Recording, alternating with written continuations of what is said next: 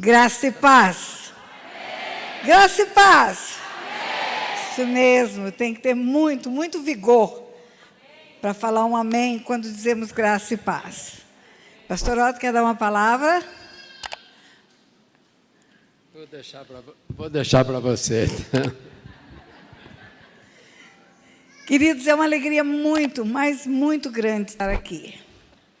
Como o pastor Leandro diz, ele e pastora Vivian são queridos nossos há muito tempo. Algumas vezes estivemos ali no antigo endereço de vocês, pouquíssimas vezes, porque todo final de semana estamos em algum lugar pregando a palavra. Em algum lugar do Brasil, em algum lugar do mundo. E quando estamos em Resende, nós temos a alegria de estar em algum lugar onde o Senhor esteja sendo cultuado na cidade de Resende. Então, quando recebemos o casal para tomar um café lá na nossa casa, ele disse assim para mim: pastora, se a senhora estiver um fim de semana em Resende, a senhora podia estar conosco na igreja. E eu disse para ele: eu estarei no próximo final de semana em Resende. Porque separei Obrigada, querida. Separei esses dias para dar uma descansada e já recomeçamos toda a nossa agenda, toda a nossa missão. Na verdade, eu digo que eu não tenho uma agenda, eu tenho uma missão. E Deus faz a agenda para o cumprimento da missão. E temos já missão a cumprir a partir do próximo final de semana. E a agenda que Deus preparou tinha missões para o ano inteirinho, no dia em que eles estiveram na nossa casa. Mas, naquela tarde, eu recebi um aviso de que uma agenda que Deus havia preparado em Manaus, um evento de casais, ia ser adiada para o ano seguinte, porque em Manaus já havia começado uma nova onda de Covid, e eles não queriam fazer programação nenhuma para não amarrar compromissos. E aí, exatamente quando eles estavam se dirigindo para a nossa casa, e eu só soube na hora em que eles chegaram lá, houve a abertura de um final de semana no mês de junho. Aí eu falei: Deus está nesse negócio. Deus está nesse negócio. E é com muita alegria que nós vamos compartilhar um pouco daquilo que Deus tem nos dado. E é com muita alegria que estamos vendo com os nossos olhos o que Ele está fazendo aqui nesse lugar, através da vida desses líderes que Ele levantou. É com muita alegria que vemos o reino sendo implantado. E é com muita alegria que queremos servir a Igreja do Senhor colocada nesta terra, nesta cidade chamada Resende, e aos santos que se reúnem neste lugar nesta noite. E eu quero orar e agradecer a Deus, porque é um privilégio para mim. Às vezes você pensa que é um privilégio receber um pregador que tem notoriedade, que tem nome. Não, o privilégio é dele, de vir pregar para o povo de Deus na terra. A honra é nossa, a honra é de quem prega o Evangelho, porque os anjos gostariam de fazer isto, mas Deus deixa que nós, homens e mulheres, sejam arautos dele nesta terra. Então é alegria para mim. Pai, em nome de Jesus, no poderoso nome do Teu Filho Jesus, eu quero estabelecer neste momento uma palavra de gratidão. Obrigada, Senhor, por estar nesta noite, servindo aos santos que se reúnem neste lugar. Obrigada, Pai, por ser instrumento do Teu amor nessa hora. Obrigada, Pai, pelo privilégio de estar aqui compartilhando com os irmãos, com aqueles que o Senhor chamou para este tempo, nesta cidade, neste lugar, um pouco daquilo que o Senhor tem me dado. Obrigada, Senhor, por esse privilégio. Seja o Senhor a falar, seja o Senhor a bradar nesse lugar, em nome de Jesus. Amém, amém e amém. Eu quero compartilhar um texto da Palavra de Deus com você, mas eu quero contar uma história de outro texto. Vou compartilhar um pequeno texto que voltarei para ele. Gálatas 4, a partir do versículo 4. Está escrito assim: vindo a plenitude do tempo, Deus enviou o seu Filho, nascido de mulher, nascido sob a lei, para resgatar os que estavam debaixo da lei, a fim de que recebêssemos a adoção de filhos. E porque vós sois filhos, Deus enviou ao vosso coração o Espírito do seu Filho que clama, Abba, Pai. De sorte que não sois mais servos, mas sois filhos. E se sois filhos, sois também herdeiros de Deus. Existem versões que dizem de sorte que não sois mais escravos, mas sois filhos. E se sois filhos, sois também herdeiros de Deus. De sorte que não sois mais servos, não sois mais escravos, mas sois filhos. E se sois filhos, sois também herdeiros de Deus. E a história que eu vou lhe contar, ela é bíblica, ela está em Lucas capítulo 15, a partir do versículo 11. Mas o caput de Lucas capítulo 15 é um contexto em que Jesus está no meio dos pecadores, comendo e andando com eles, e é criticado por fariseus, é criticado por religiosos, é criticado pela alta estirpe religiosa daquele tempo. Jesus não tinha problema com o diabo, ele tinha problema com fariseus, tinha problema com religiosos. E como ele está andando e comendo com pecadores, a crítica é, esse cara anda e come com pecadores. Andar com é mais ou menos ter relacionamento, mas comer com é ter muito relacionamento, é comunhão. Então, Jesus está sendo criticado por andar e comer com pecadores. E ele começa a responder através de parábolas. Está escrito, então, passou Jesus a falar-lhes através de parábolas. Então, significa o quê? Então, por causa disso, está frio, então eu coloco um agasalho, está chovendo, então eu pego um guarda-chuva. Ele foi criticado, então ele começa a responder através de parábolas. E o que eram parábolas? Parábolas eram histórias do cotidiano, histórias aparentemente comuns, triviais, histórias que pareciam coisas corriqueiras. Mas um dia um discípulo falou, por que o senhor fala através de parábolas?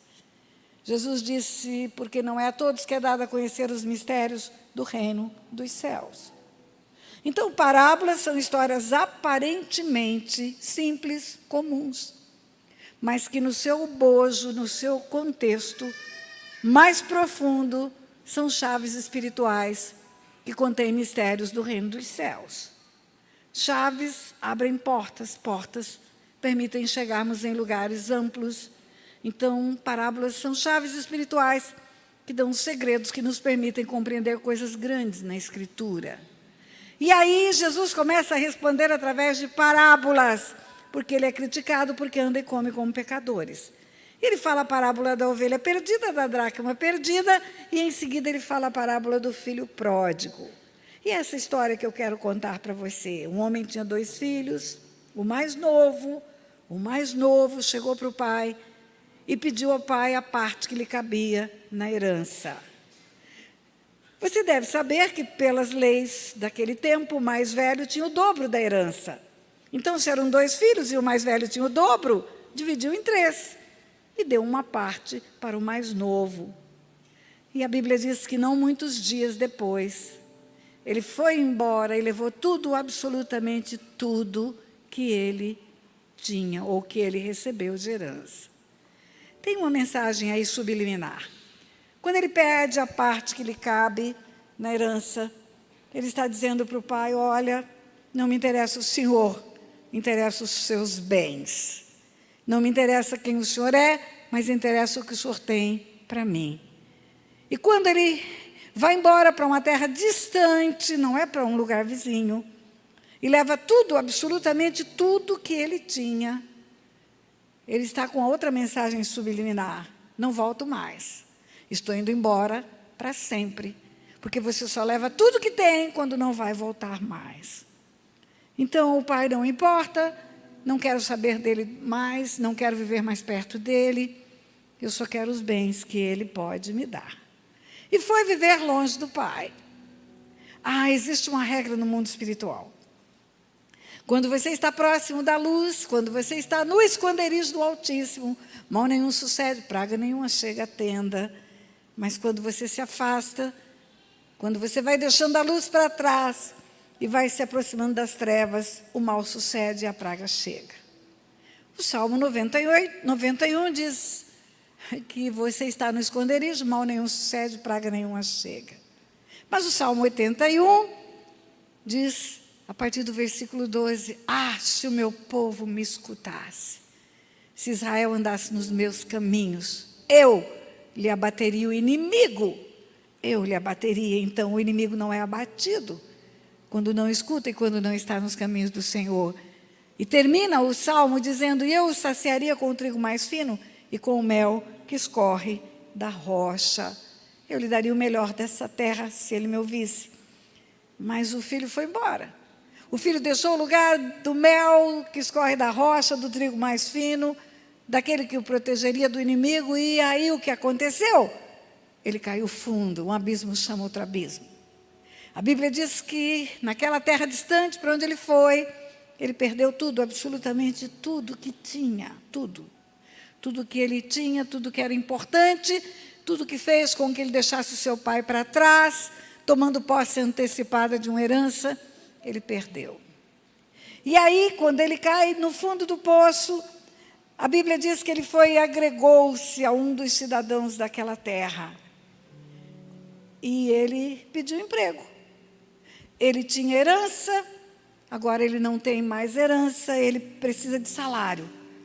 E ele agregou-se a um dos cidadãos daquela terra, e a Bíblia diz que o homem o mandou cuidar de porcos. Interessante que muitas pessoas pregam que ele comeu a comida dos porcos. Não, ele não comeu. Quando você lê o texto de Lucas capítulo 15, diz que ele desejava comer, mas ninguém lhe dava nada. Como assim? Ele ainda estava, digamos assim, no estágio probatório do emprego.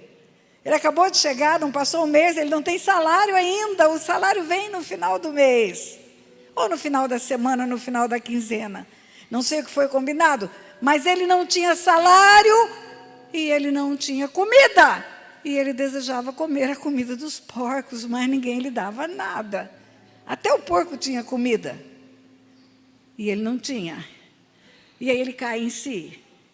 A Bíblia diz, e caindo em si, ele disse, voltarei para a casa do meu pai. Sabe o que significa cair em si? Arrepender-se. Cair em si é arrependimento, é a convicção do pecado. Arrependimento é diferente de remorso. No remorso, o homem está preocupado com a horizontal. O que as pessoas pensam e agora o que eu fiz? Olha o que eu estou colhendo. No arrependimento, ele está preocupado com o coração de Deus. No remorso, ele está preocupado com consequência na terra. No arrependimento, ele está preocupado com a consequência na eternidade. Quando Davi se arrepende, que foi confrontado pelo profeta Natã por causa do adultério e do homicídio, Davi fala, pequei contra o Senhor. Ele não fala, pequei contra Batseba, contra Urias, contra meu povo, contra meus súditos. Pequei contra o Senhor. Quando esse moço cai em si, ele diz, voltarei para a casa do meu pai. E caindo em si, disse, voltarei para a casa do meu pai. Direi, pai, pequei contra os céus diante de ti, e já não sou digno de ser chamado teu filho. Trata-me como um de seus empregados. Trata-me como um dos seus servos. Eu não sou mais filho. Eu perdi o direito de filho. Eu deixei a casa do pai. Deixei a casa da paternidade. Não sou mais digno de ser chamado teu filho. Mas é melhor ser empregado seu do que ser filho longe do Senhor. Me deixa ser como um dos teus empregados. Quantos trabalhadores do meu pai têm pão? Ele diz. Voltarei para a casa do meu pai. E direi, pai, não sou digno de ser chamado teu filho, trata-me como um dos teus trabalhadores. E a Bíblia diz que ele se levantou e foi. Porque o arrependimento, sem uma decisão, de fazer o caminho de volta, não muda nada. O arrependimento é um sentimento secreto, oculto, abstrato, escondido. Ele tem que ser seguido de uma atitude. Irei para a casa do meu pai. E a Bíblia diz que ele levantou-se e foi. O plano, a atitude é a concretização do plano. Não adianta arrepender-se só e não tomar uma decisão de fazer o caminho de volta. Voltar para o lugar onde estava antes da queda. É preciso reconstruir um novo tempo, um novo relacionamento, e eu voltarei e direi: Pai, eu não sou digno de chamar teu filho, trata-me como um dos teus trabalhadores. Eu acredito que ele foi ensaiando isso. Ele foi pela estrada e era longe, uma terra distante. A Bíblia diz, era uma terra distante. E eu creio que ele foi caminhando, e naquele tempo não tem avião, não tem carro, não tem nada. E ele foi ensaiando o discurso que ele faria. Pai, pequei contra o céu diante de ti, não sou digno de chamar teu filho, trata-me como um dos teus trabalhadores. Pai, pequei contra o céu diante de ti, não sou digno de chamar teu filho, trata-me como um dos teus trabalhadores. E quando ele chega na terra dele, quando ele chega na cidade dele, quando ele chega no lugar onde ele viveu, o pai o avistou, e ele correu ao encontro do filho, e o abraçou e o beijou, a Bíblia diz. O pai correndo, abraçou e o beijou. Eca, o cara estava fedendo porco. E aí começa o discurso ensaiado. Pai, pequei contra o céu diante de ti. Qual era a continuidade do discurso? Não sou digno de ser chamado teu filho, trata-me como um dos teus trabalhadores. Pai, pequei contra o céu diante de ti, não sou digno de ser chamado teu filho, trata-me como um dos teus trabalhadores. Ele não conseguiu terminar o discurso. Ele só conseguiu chegar ao ponto, pequei contra o céu diante de ti, a confissão. Ele só conseguiu fazer a confissão. O julgamento que ele mesmo tinha feito para si próprio, não ser chamado filho, mas ser chamado servo, ele não conseguiu concluir. Quando ele fala, não sou digno de chamar teu filho, sabe o que o pai faz? O pai chama os empregados, porque o pai tinha empregados. Quantos trabalhadores do meu pai tem pão e eu aqui passo fome? É assim que começa o convencimento do pecado. Os empregados do meu pai vivem melhor do que eu, que sou filho e estou longe de casa. E aí, o pai chama os empregados, manda colocar o anel no dedo, manda colocar a sandália nos pés, trocar as vestes. Sabe o que significa isso? O anel significa autoridade. O brasão da família estava marcado no anel. É o anel no lacre que vai gravar os documentos, que vai dar o símbolo do nome da família. É o brasão. O pai devolve a ele o nome. Devolve a ele a autoridade imediatamente. Ato contínuo. Depois, sandália nos pés. Os pés significam o destino. O homem morre, o corpo volta para o pó, e o espírito volta para Deus que o deu. O destino do homem é voltar para Deus. Ele só não volta se ele não quiser. Ele só não volta se ele fizer caminhos que vão separá-lo eternamente do Pai. Caminhos de morte. Quando a Bíblia diz que o salário do pecado é a morte, morte não é um caixão com flores. Morte é separar eternamente do Pai. O salário do pecado é a morte. Aqueles que entregam a sua vida para Jesus não sofrerão o dano da segunda morte. O que é o dano da segunda morte? A primeira morte todos vão experimentar. Todos vão voltar para o pó. No dia da ressurreição dos mortos, todos ressuscitarão. Uns para viverem com o Pai, outros para viverem separados eternamente do Pai. É o dano da segunda morte. Nunca mais andarão com Deus, porque escolheram viver separados de Deus. E aí a capa, o que significa a capa? A capa, além de ser a proteção, vestes novas, vestes limpas. Para nós que conhecemos o Evangelho, vestes lavadas pelo sangue de Jesus. Vestes limpas, brancas, sem manchas, sem máculas, sem ruga. Imediatamente, quando aquele filho se arrepende, volta para a posição de onde nunca deveria ter saído. Acontece o quê? Restituição do status quo anterior. Filho com autoridade, com destino, com vestes limpas. Mas não para por aí. O pai fala para os empregados: trazei e matai o novilho cevado. Queridos, eu falo que para você compreender as Escrituras, você precisa compreender a língua portuguesa também. O não é um. Um é um novilho qualquer. Escolhe o mais gordinho e traz. Seria um, mas não é. O, artigo masculino definido singular, significa especificamente aquele novilho.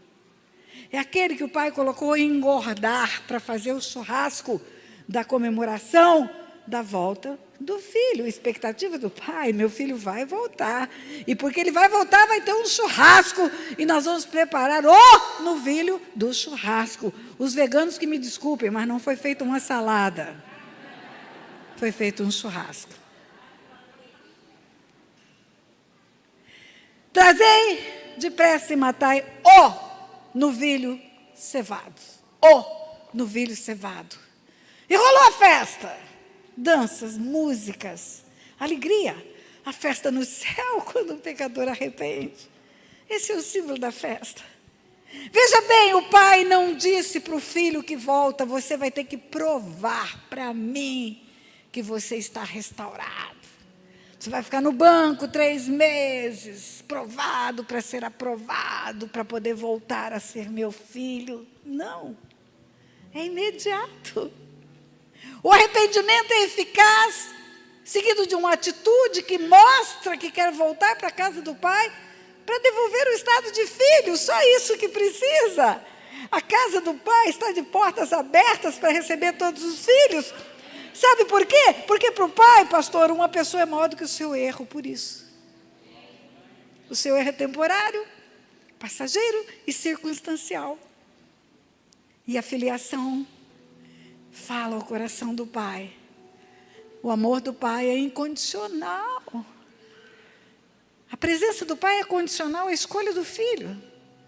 Mas o amor do pai é incondicional. Ele ama mesmo que o filho escolha ir para o inferno. A Bíblia diz isso: com amor eterno eu te amei. Em Jeremias 31. Com amor eterno, sabe o que é eterno?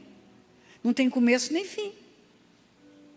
Um amor que não acaba, que excede a todo entendimento. Por isso que diz que ele amou o mundo de tal maneira que deu o Filho para salvar o mundo.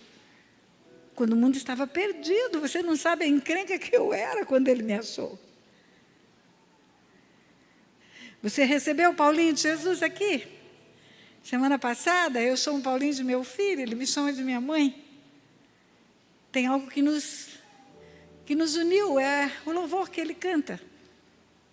E que tem como refrão aquilo da voz da verdade, que diz: aquilo que parecia impossível, aquilo que parecia não ter saída, aquilo que parecia ser minha morte, mas Jesus mudou minha sorte, sou um milagre, estou aqui. Jesus encontrou Paulinho à beira de um abismo, Jesus encontrou Tânia Teresa à beira de um abismo. Nos amou quando não valíamos nada, quando ninguém daria por nós um tostão furado. Porque o amor de Deus é desse jeito, é maluco, é amor maluco. É um amor doido.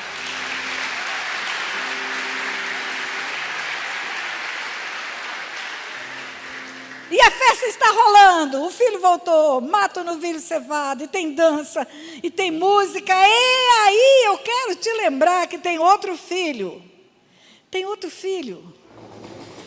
Tem um filho que é o mais velho, e que tem o dobro da herança. E que ficou em casa, que não foi, que não fez nada errado, que fez tudo certo. Tem um filho que é todo certinho, e esse filho está no campo, está trabalhando. E quando esse filho volta do campo, ele escuta músicas, danças. E ele não entra, ele pergunta ao empregado, o que está acontecendo? Por que tem festa? O empregado fala, é teu irmão. Teu irmão voltou. O teu irmão voltou e com saúde, o teu pai está feliz. E fez a festa, mandou matar o novilho cevado. E aí esse rapaz fica irado, fica bravo, não quer entrar. O empregado avisa o pai sai, tenta conciliá-lo. A Bíblia diz que o pai tentou conciliá-lo, colocar ele dentro de casa para festejar junto com o irmão.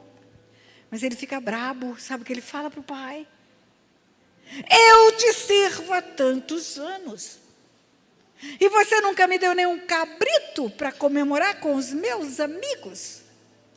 E veio aí esse teu filho que gastou tudo com meretrizes e você matou para ele o novilho cevado. Resposta do pai. Meu filho, tudo que é meu é teu. O que você entende disso? Esse filho que está em casa, que tem tudo certinho, que nunca errou, nunca saiu, nunca abandonou o pai, e que não fala a palavra pai nenhuma vez no texto.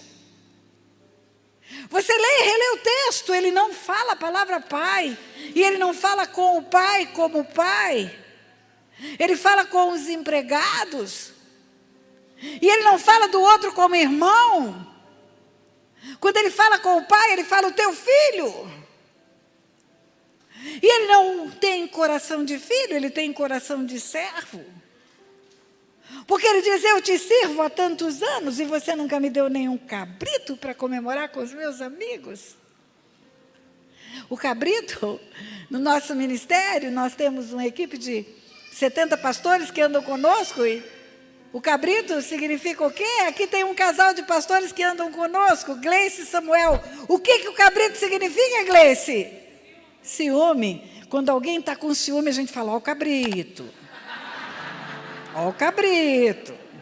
Sossega porque isso é cabrito. Eu te sirvo há tantos anos. E você nunca me deu nenhum cabrito para comemorar com os meus amigos. Sabe qual é a mensagem subliminar que tem nessa frase? Eu não sou teu filho, eu sou teu servo e nem salário eu tenho digno para cobrir o meu trabalho. Eu te sirvo há tantos anos, eu te sirvo há tantos anos, eu te sirvo há tantos anos. E você nunca me deu nenhum cabrito para comemorar com os meus amigos? Lembra do começo da história? 2 filhos, o mais velho tem herança em dobro. Não foi, ficou. O mais novo pegou a parte que lhe cabia e foi embora. Então, tudo que ficou é a herança do mais velho. Tudo que ficou na casa, que não foi com o mais novo, que desperdiçou tudo, que foi viver dissolutamente, é a herança do mais velho, que está lá no campo trabalhando. Ele é filho, mas ele não sabe que ele é filho. Ele não tem coração de filho, ele tem coração de servo. Sabe aquela pessoa que bate no peito e fala, eu sirvo a Deus há 50 anos.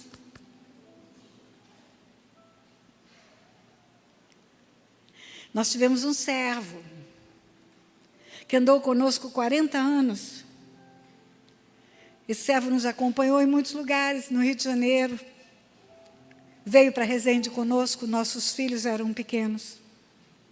Nossa filha era solteira quando ele começou a trabalhar conosco. Nossa filha casou, teve filhos. Os filhos da nossa filha ficaram adultos, a filha casou, tivemos netos, bisnetos. E o seu Raimundo nos servia, servo. Trabalhador, leal, um empregado invejável. Invejável. Mas ele era servo, ele não era filho. O filho é o Leonardo e a Simone. O seu Raimundo trabalhou por salário, nós demos a ele muito mais. em relação ao benefício da lealdade que ele teve conosco tantos anos. O senhor Raimundo ganhou 3 casas, botou as 3 a perder. Ele não batia muito bem da cabeça. Chegava o ano novo e o povo fazia foguetório, porque é o ano novo. Ele ficava bravo e falava, eu não quero mais essa casa, eu quero mudar de casa. Aí no ano novo, na outra casa, tinha foguetório de novo. Aí ele mudava e deixava por qualquer preço a casa. Não tinha muito juízo, mas tinha muita lealdade. E nós dávamos outra casa para ele, dávamos outra casa. Seu Raimundo era empregado. Quando eu chegava de viagem, às vezes ficava muito tempo fora de Resende. Era engraçado, porque seu Raimundo fazia o melhor café de coador de pano do mundo. E às vezes um amigo, uma amiga, um casal de pastores mandava uma mensagem para mim e dizia, estou passando por Resende, estou indo do Rio para São Paulo, de São Paulo para o Rio, vou chegar na sua casa para tomar um café. Meu caseiro, seu Raimundo, faz o melhor café de coador de pano do mundo, ele vai lhe servir um café. E a senhora está onde? Eu estou na Austrália, estou na Dinamarca, estou na... Pelo WhatsApp você fala no mundo inteiro. O senhor Raimundo cuidava da nossa casa como se fosse dele. Quando eu chegava de viagem, o senhor Raimundo era minha rádio peão. Sabe o que é rádio peão? Dá notícia da cidade toda. Tudo sobre política, tudo sobre economia, tudo sobre saúde. O senhor Raimundo me dava em 15 minutos o relatório. Só que a casa tem 2 andares. O casal de pastores que recebemos conheceu só o primeiro andar da casa, e assim mesmo parte do primeiro andar. Os quartos do escritório ficam no 2º piso. O senhor Raimundo subia até a metade da escada. Doutor, posso subir? Pode, seu Raimundo. Aí ele subia e dava o resto da notícia. O senhor Raimundo tinha limites, tem um frigobar no escritório. O senhor Raimundo nunca consumiu o que tinha no frigobar, ele abastecia o frigobar. O senhor Raimundo subia quando era chamado, porque o serviço dele era externo, era jardim, cachorro, piscina. O senhor Raimundo tinha limites, era servo, era empregado. O senhor Raimundo nunca deitou na minha cama para assistir jogo de futebol. Meu filho deita e se abuleta lá. Quando vem de férias, junta ele e os filhos e montou todo mundo na minha cama, toma conta. Abre meu frigobar sem a menor parcimônia. O que tiver lá dentro de comer que ele gosta, ele come. Porque é filho, o filho é folgado. Tem uma grande diferença entre ser servo e filho. Servo trabalha para garantir o emprego por conta de salário para receber. Tem uma contrapartida, um benefício. Não tem herança. Seu Raimundo não tem herança. Leonardo e Simone tem herança. Tudo nosso vai ficar para eles. O filho volta do trabalho e vê música e dança, escuta. E fala, o que está acontecendo? Teu irmão voltou com vida. Não entra, o pai tenta conciliá-lo, não entra. Discute com o pai. Eu te sirvo há tantos anos e você nunca me deu nenhum cabrito para comemorar com os meus amigos, e esse teu filho gastou tudo com meretriz, e você mata para ele, novilho cevado. E o pai responde, meu filho, você não é meu servo, cara. Você é meu filho. O outro que fez tudo errado, fala a palavra pai 5 vezes no texto. Quantos trabalhadores do meu pai? Voltarei para a casa do meu pai. Direi para o meu pai. Tudo errado, mas sabe que tem um pai. Esse outro está tudo certinho, não sabe que tem um pai. A parábola do filho pródigo não é uma parábola que Jesus fala para trazer o perdido para casa. A parábola do filho pródigo é uma parábola para os que estão dentro de casa e que não sabem que tem um pai. Jesus está falando com os fariseus. A parábola do filho pródigo é para falar do outro filho. Que é filho, que é herdeiro, e que não tem coração de filho, não sabe que é filho. Muita gente está assim na casa de Deus, queridos. Muita gente. Qual foi o texto que eu li para você? Vindo à plenitude do tempo, Deus enviou o seu Filho, nascido de mulher, nascido sob a lei, para resgatar os que estavam debaixo da lei, a fim de que recebêssemos a adoção de filhos. E porque vós sois filhos, Deus enviou ao vosso coração o Espírito do Filho, que clama, Abba, Pai. De sorte que não sois mais servos, mas sois filhos. Então sois mais servos, mas sois filhos. E se sois filhos, sois também herdeiros. Vocês têm herança, são filhos, herança é para filho. Tudo que Jesus conquistou na cruz é direito nosso, é nossa herança. Cura, libertação, é para filhos. É para filhos. Pastora, a senhora está dizendo que eu não tenho que servir? Não, não estou dizendo isso.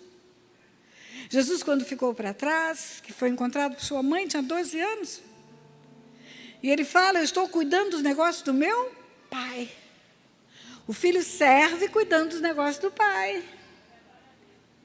Que é o reino que o pai deixou para ele. Um dia Jesus fala para os discípulos, ó pequenino rebanho, ao vosso pai se agradou vos dar o reino. Em Apocalipse capítulo 5 está escrito, digno é o cordeiro de abrir o livro, tirar o selo, porque foi morto e com o seu sangue comprou povos de todas as raças, tribos e nações, e os constituiu reis e sacerdotes, e reinarão sobre a terra. Digno é o cordeiro de abrir o livro, tirar o selo, porque foi morto e com o seu sangue comprou, não vai comprar, já comprou. Povos de todas as raças, tribos e nações, e os constituiu reis e sacerdotes e reinarão sobre a terra. Filhos do Pai reinarão nesse reino que estão implantando agora. Esse reino é nosso, é a nossa herança. Esse reino é nosso. Quando a Bíblia fala em reis e sacerdotes, você logo associa a rainha da Holanda, rainha da Inglaterra. Não, não. Reis e sacerdotes estão aqui. Ele é rei de reis, ele é rei de um reino. E você faz parte desse reino. E quem reina, vai reinar com o maior rei. Quando o pastor Leandro leu o texto que ele fez, o ofertório aqui, ele falou um texto do livro de Gênesis, que Deus colocou o homem para dominar sobre a terra. Eu falo muito nos meus vídeos que Deus me fez juíza para entender o mundo espiritual. Porque o mundo espiritual é regido por leis. É disso que nós vamos falar na conferência que vamos fazer aqui. O mundo espiritual é regido por leis. Você sabe que quando a Bíblia diz os céus são os céus do Senhor, mas a terra deu a ele aos filhos dos homens, isso está em Salmo 115, versículo 16. Os céus são os céus do Senhor, mas a terra deu a ele aos filhos dos homens. Aonde você vê céus, ou mundo espiritual, ou região celestial, é a mesma coisa. São sinônimos. Então, o mundo espiritual governa o Senhor, mas a terra deu a ele, aos filhos dos homens, para governar. Gênesis 1, 26, depois de fazer tudo, absolutamente tudo, também disse Deus, façamos o homem a nossa imagem, conforme a nossa semelhança, e tenha ele domínio sobre tudo. Domínio sobre tudo, sobre os animais que voam, que nadam, que rastejam, sobre toda a terra, como foi lido aqui para você. O que tem isso a ver com ser juíza? Tem tudo a ver. Existe um instituto jurídico de propriedade e existe um instituto jurídico de domínio, é diferente. Vocês tinham o domínio daquele endereço anterior, mas não tinham a propriedade. Hoje vocês têm a propriedade e o domínio.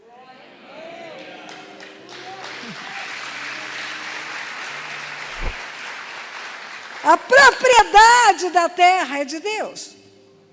Porque está escrito, a terra, sua plenitude, e todos os que nela habitam, são do Senhor. A terra, sua plenitude, todos que nela habitam, o Salmo 24 diz isso. Mas o domínio, a gestão, a administração, o governo, ele deu para o homem. O proprietário tem um registro de imóveis, tem escritura, mas ele pode entregar o domínio para outro. Pode alugar, pode emprestar, pode fazer uma sessão de comodato. Deus é o dono de tudo, novo céu, nova terra ele vai fazer, vai destruir, vai fazer tudo novo. Mas o domínio da terra ele deu para o homem. O homem domina sobre a terra. E os filhos de Deus dominam para implantar o reino de Deus na terra. Digno é o Cordeiro de abrir o livro, tirar o selo, porque foi morto e com o seu sangue comprou povos de todas as raças, tribos e nações, e os constituiu reis e sacerdotes. Gálatas 4:4, vindo à plenitude do tempo, Deus enviou o seu Filho, nascido de mulher, nascido sob a lei, para resgatar os que estavam debaixo da lei, a fim de que recebêssemos a adoção de filhos. E porque sois filhos, Deus enviou ao vosso coração o Espírito do Filho que clama, Abba, Pai, de sorte que não sois mais servos, mas sois filhos. E se sois filhos, sois herdeiros de tudo que existe na terra. Herdeiros de um reino. Você é rei porque você está no nível natural. Mas, ao mesmo tempo, você é sobrenatural. Você não é desse mundo, você é Joe, de outro mundo. Porque você é um espírito. Você conecta-se com o mundo espiritual. Você é sobrenatural. E você é filho. E se você é filho, tem um espírito do filho que habita em você, que tem como principal ministério clamar, Abba, Pai, mais do que dar dons, mais do que dar manifestação espiritual. O ministério número 1 do Espírito Santo é ensinar você a dizer, Abba, Pai. O que é Abba, Pai? Papai, meu papai, paizinho, pai querido, paiinho, papito, meu papai.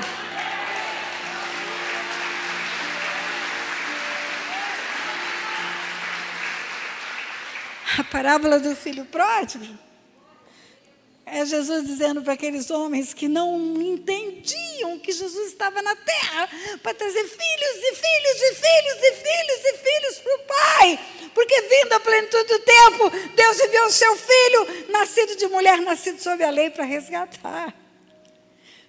Resgatar o homem e trazê-lo para o Pai. Você foi comprado por um preço altíssimo. A paixão de Cristo não é aquele filme, não. A paixão de Cristo é você. Jesus é tão apaixonado pela sua vida, que entregou a sua própria vida por amor a você. Para te fazer filho e te fazer herdeiro. É o único plano que Deus tem. Só esse. Não tem plano B. Quando você vai para o livro de Gênesis, que ele forma a terra, cria o homem, coloca o homem para dominar, ele colocou o homem para ser um filho. Ele não colocou um jardineiro no Éden, não colocou. Por que eu sei? Porque está escrito. Se eu falar alguma coisa para você que não está escrito, pode gritar heresia. Mesmo Evangelho de Lucas, capítulo 3. Quando fala da genealogia de Jesus, a partir do versículo 23, era Jesus, filho de José, José, filho de Eli, Eli, filho de Levi, Levi, filho de Matate. Quando chega no versículo 38, nessa cadeia genealógica, fala, Adão, filho de Deus. Deus formou um filho na terra. Quando colocou lá, no Éden. Esse homem perdeu o DNA do pai. Quando a Bíblia fala que em Adão todos pecaram e foram destituídos da glória de Deus, você só é destituído de alguma coisa que você tinha. É destituído do cargo. A glória de Deus era o DNA de Deus no homem. Quando ele pecou, ele perdeu o DNA de Deus. Mas Deus não desistiu dele. Deus formou um filho e Deus previu o pecado e por isso previu o sacrifício remidor. Antes da fundação do mundo, a Bíblia diz que o cordeiro foi aprovisionado. Antes de Deus dizer haja luz, ele disse haja cruz. Antes de Jesus ir para a barriga de uma mulher para ganhar corpo, para ter legalidade para andar na terra, porque um dos princípios legais de Deus é que precisa ter corpo para andar na terra. Um espírito sem um corpo é ilegal na terra. Por isso os demônios incorporam. Por isso Jesus veio em carne, por isso o Espírito Santo incorpora a igreja. Antes dele ir para a barriga daquela mulher, ele já existia. Quando ele ora a oração sacerdotal, ele fala: Pai, glorifica-me com a glória que eu tinha antes da fundação do mundo. Antes do mundo existir, ele já existia. Quando lá no Gênesis, esse texto que foi citado pelo pastor e por mim também disse Deus: façamos o homem à nossa imagem conforme a nossa semelhança. Façamos é plural. Pai, Filho e Espírito Santo estavam juntos. Deus não diz: farei o homem conforme a minha imagem e a minha semelhança. Mas façamos o homem, a nossa imagem, a nossa semelhança. O Filho estava junto desde a criação. Ele é o verbo que se fez carne, veio e habitou entre nós. Ele é o rema de Deus, é por ele que todas as coisas foram criadas. E ele humilha-se, torna-se figura humana, como está escrito em Filipenses capítulo 2, para ir para a cruz, para derramar o sangue que compra povos de todas as raças, tribos e nações. O amor do Pai não desistiu do homem porque pecou. E na cruz do Calvário o homem pode se tornar filho de novo. Ele veio para os seus não receberam, tantos quantos receberam, deu-lhes o poder de serem feitos. Completa a frase para mim. Ele veio para os seus não receberam, tantos quantos receberam, deu-lhes o poder de serem feitos filhos de Deus. Na cruz você pode ser filho. E sabe como termina? Apocalipse 21, 7. O vencedor herdará todas essas coisas. Eu lhe serei Deus e ele me será filho. Está escrito. Do Gênesis ao Apocalipse, o Pai quer ser Pai. Do Gênesis ao Apocalipse. Então ele deu o Filho para derramar o sangue que compra filhos.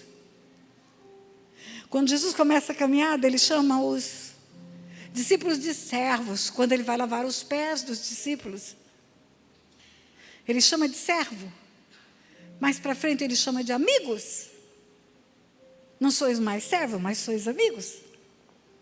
E quando ele ressuscita dentre os mortos, quando ele venceu a morte, quando ele foi ao inferno, quando ele arrancou as chaves da morte e do inferno, quando ele riscou o escrito da dívida que era contra todos, ele não é mais amigo nem mais Senhor só.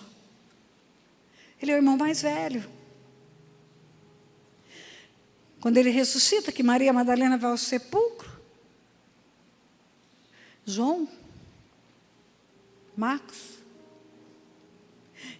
ela tenta detê-lo. João 20 diz que ela tenta detê-lo. E ele diz: não me detenha. João 19.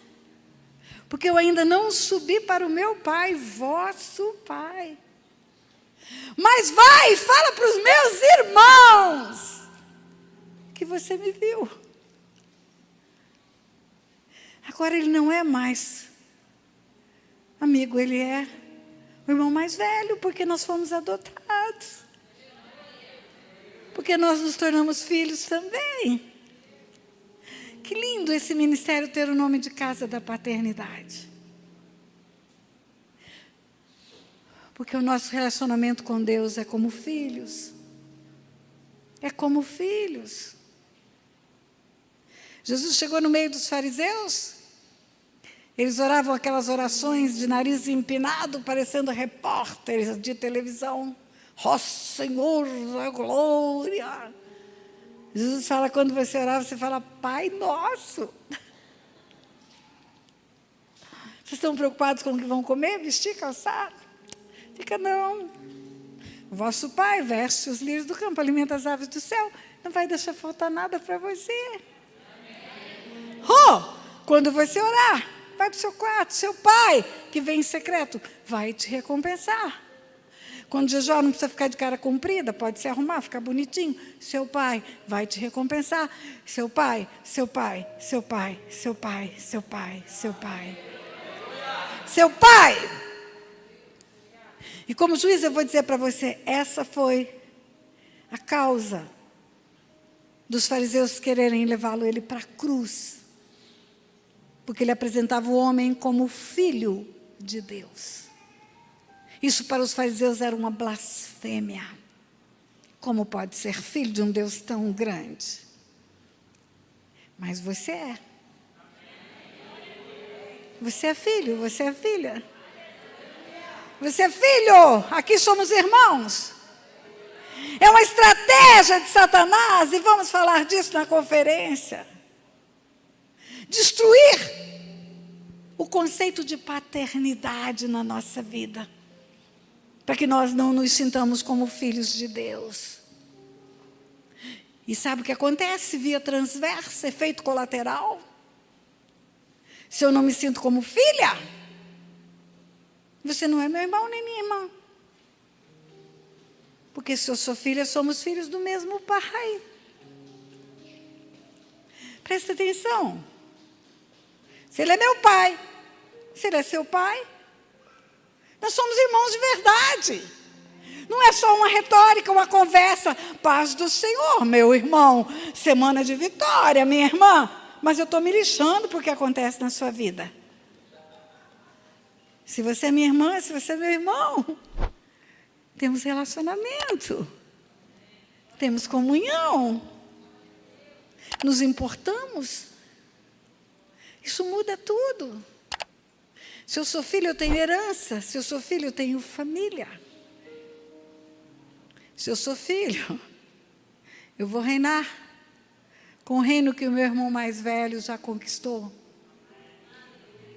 que é nossa herança. Se eu sou filho, ele é o meu pai. Ele é o meu Deus. Mas ele é papai. Ele é Abba. Eu não sei como você ora, mas às vezes eu acordo. Toda manhã a gente ora e medita na palavra e eu falo, papai, você é tão cheiroso.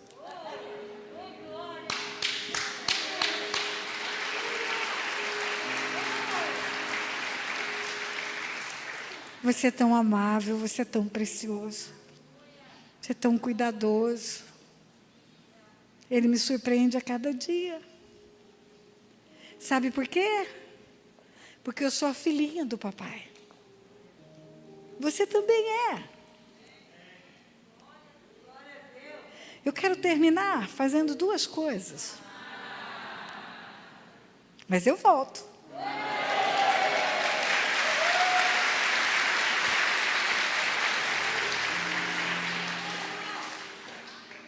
A primeira coisa, eu não sei se todo mundo que está aqui já é filho, eu não sei. Não sei se tem pessoas que ainda não se tornaram filhos, porque só tem um jeito de se tornar filho. Talvez você tenha ouvido falar que todos os caminhos levam a Deus, é verdade. Todos os caminhos, eu deixo o cara que está filmando doido da vida, né? Mas eu vi que o pastor Leandro não para também. Todos os caminhos levam a Deus? Levam. Sabe por quê?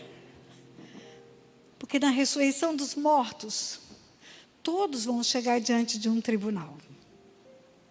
A Bíblia diz isso. Todos. Até o satanista vai chegar diante de um tribunal para um julgamento. Os filhos não serão julgados. Os filhos ouvirão: vinde benditos do meu Pai, para o reino que vos está preparado desde antes da fundação do mundo. Não vão se assentar num tribunal. Eu funcionei como juiz há 10 anos, porque eu tinha 20 anos de serviço público. Eu pude me aposentar com 30 anos, 8 anos professora, 12 anos funcionária do Banco Central do Brasil e 10 anos juíza. É diferente chegar diante de um juiz e diante de um pai. É diferente. Os que não tomarem a decisão de entregar a vida para Jesus vão se encontrar com Deus, sim, como juiz, como justo juiz. Ele é o legislador, ele é o juiz. Tem um acusador nesse tribunal, você ouviu aqui? Nos acusa dia e noite diante do Pai. Eu nunca vi um juiz pegar uma peça da promotoria que tem uma acusação e que tem provas, e esse juiz engavetar e julgar o culpado inocente. Ele não vai julgar o culpado inocente. Agora, se alguém pagou o preço da dívida, e esse alguém é Jesus, não tem julgamento, porque já foi paga a conta. E aí não vai para o tribunal, mas vai para implantar o reino. Aí você vai entender, quando Jesus diz: eu sou o caminho, a verdade e a vida, ninguém vem ao Pai, senão por mim. Todo mundo vai a Deus, mas ao Pai é só por Jesus. Eu sou o caminho, a verdade e a vida. Ninguém vem ao Pai. Ninguém vem ao Pai. Ninguém vem ao Pai, senão por mim. Só tem um jeito de chegar a Deus como filho, é pela cruz. E se você nunca entregou a sua vida para Jesus,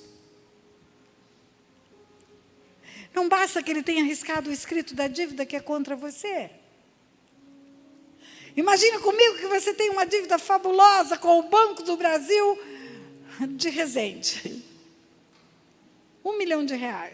Não tem um tostão para pagar. E aparece lá um benfeitor com um cheque de R$1 milhão. E diz: eu vim pagar a conta da Tânia. O gerente vai ficar feliz da vida, porque vai receber. Mas tem um detalhe. O gerente não pode receber sem a concordância da Tânia. Em direito chama-se anuência. A Tânia precisa anuir que alguém pague a dívida dela. Por quê? Porque eu escolho para quem dever. Eu posso preferir dever para o banco do que dever para um particular. Eu posso ter expectativa de negociar taxas de juros, prazos. E tem mais. O contrato faz lei entre as partes, isso é uma regra de direito. E o mundo espiritual é legal, não é legal de joinha, é legal de leis. O contrato faz lei entre as partes, credor e devedor só que podem mexer nessa dívida. Representa o credor, manda me chamar. Tânia, apareceu um benfeitor com um big de um cheque para pagar a sua dívida. E se você concordar, se você anuir, esse cheque vai entrar na conta, vai ser cancelado o escrito da dívida. Vou rasgar essa dívida, você não deve mais para o banco. Você sai zeradinha daqui. Você quer? Algumas pessoas dizem: eu vou pensar.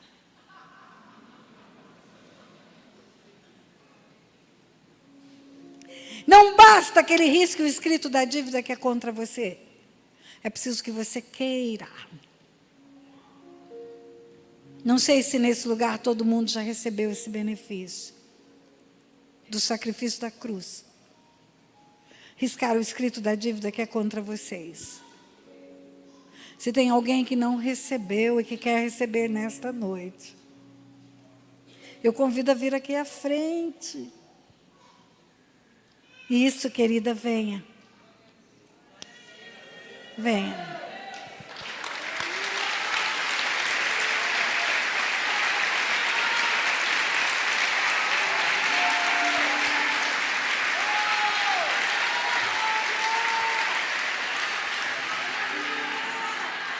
Será que é só ela?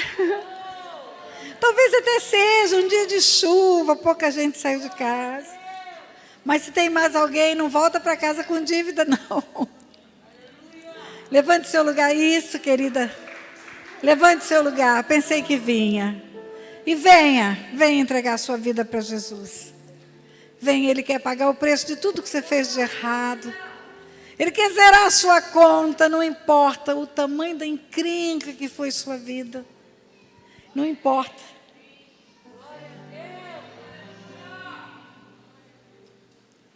Eu estava à beira de um abismo, queridos. Glória a Deus. Eu estava à beira de um abismo quando eu entreguei a minha vida para Jesus. Ali começa toda a nova história. O Senhor diz, buscai-me-eis e me achareis se me buscardes de todo o vosso coração. Serei achado de vós e farei mudar a vossa sorte. Querida, na parábola do filho pródigo, teve festa quando ele voltou para casa. Tem festa no céu quando um pecador se arrepende. Eu quero orar com você e eu quero saber se tem mais alguém para orarmos juntos. Que a Bíblia diz que tem que crer com o coração e confessar com os lábios. As coisas acontecem no mundo espiritual pelo poder da palavra. Tem mais alguém? Venha. Aquilo que parecia impossível, aquilo que parecia não ter saída, aquilo que parecia ser minha morte, mas Jesus mudou minha sorte. Sou um milagre, estou aqui. Vem que Jesus vai mudar a sua sorte. Vem, eu não vou ficar insistindo. A gente só insiste quando a coisa não é boa. Mas eu estou lhe oferecendo o melhor que pode acontecer no universo. É você se tornar filho, filha de um Deus grande e poderoso, Senhor de tudo, de tudo, de tudo, de tudo. Ora comigo, nós vamos orar com você. Diga bem alto, Senhor meu Deus e meu Pai. Vamos orar com ela. Senhor meu Deus e meu Pai, eu creio que Jesus Cristo é o teu Filho, que foi enviado a esse mundo em carne, para morrer na cruz, no meu lugar. Receba esse amor, receba esse sacrifício, recebendo Jesus como meu único Senhor e Salvador. Renuncio a outros senhorios. Só Jesus é o meu Senhor. Amém.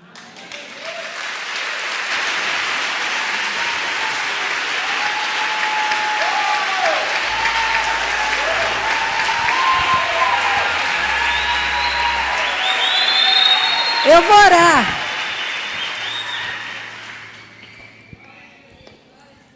Pai, a tua palavra diz que havendo concordância na terra, há concordância no céu.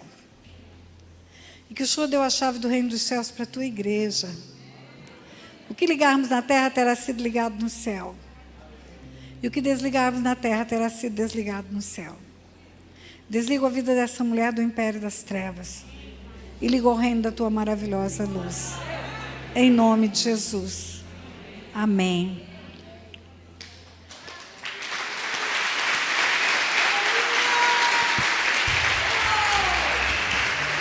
Louvor, segura a onda aí, segura a onda. Querida, vem cá. Como é seu nome? Alessandra, você agora é minha irmã. Nós somos filhas do mesmo pai. Pega aqui na minha mão. Você é minha irmã, filha do meu pai. É minha irmã, é filha do meu pai, do meu pai. Eu disse que queria fazer duas coisas. A segunda é que eu sei que é tempo de pandemia, limites, restrições. Você não vai poder abraçar, beijar. Eu gosto de beijar. Eu gosto de abraçar apertado, coração no coração. Mas você pode pegar na mãozinha de quem está do teu lado, olhar para ela e dizer: somos filhos do mesmo Pai. Você é minha irmã, é meu irmão. É filho do meu pai. Você é minha irmã. É filha do meu pai. Você é minha irmã, é filha do meu pai. Você é meu irmão. Meu irmão. Meu irmão. Somos filhos de papai.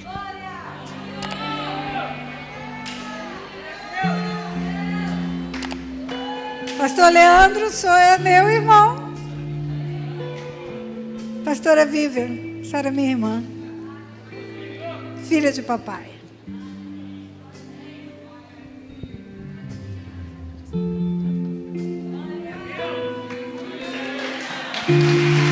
Você pode aplaudir o Senhor.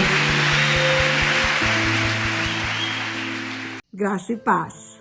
Inscreva-se nesse canal para o YouTube enviar para outras pessoas o vídeo que você acaba de ver e que edifica a sua vida e vai edificar a vida de outras pessoas também. Faça a divulgação desse vídeo nos seus grupos, para os seus amigos. Você vai estar me ajudando a impulsionar essas verdades que Deus tem me instruído para compartilhar com você. E eu vou ficar muito agradecida. Eu quero que muitas e muitas pessoas neste mundo tenham acesso a essas verdades espirituais. Por isso eu estou lhe fazendo esse pedido. Inscreva-se, dê um like, divulgue. Deus abençoe sua vida.